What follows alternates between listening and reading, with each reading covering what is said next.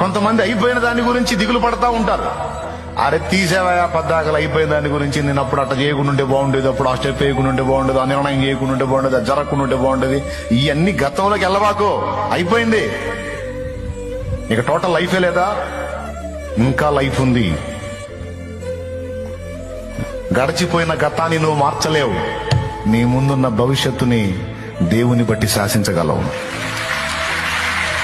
అర్థమై కొడుతున్నావా? లేకపోతే అర్థమైందా?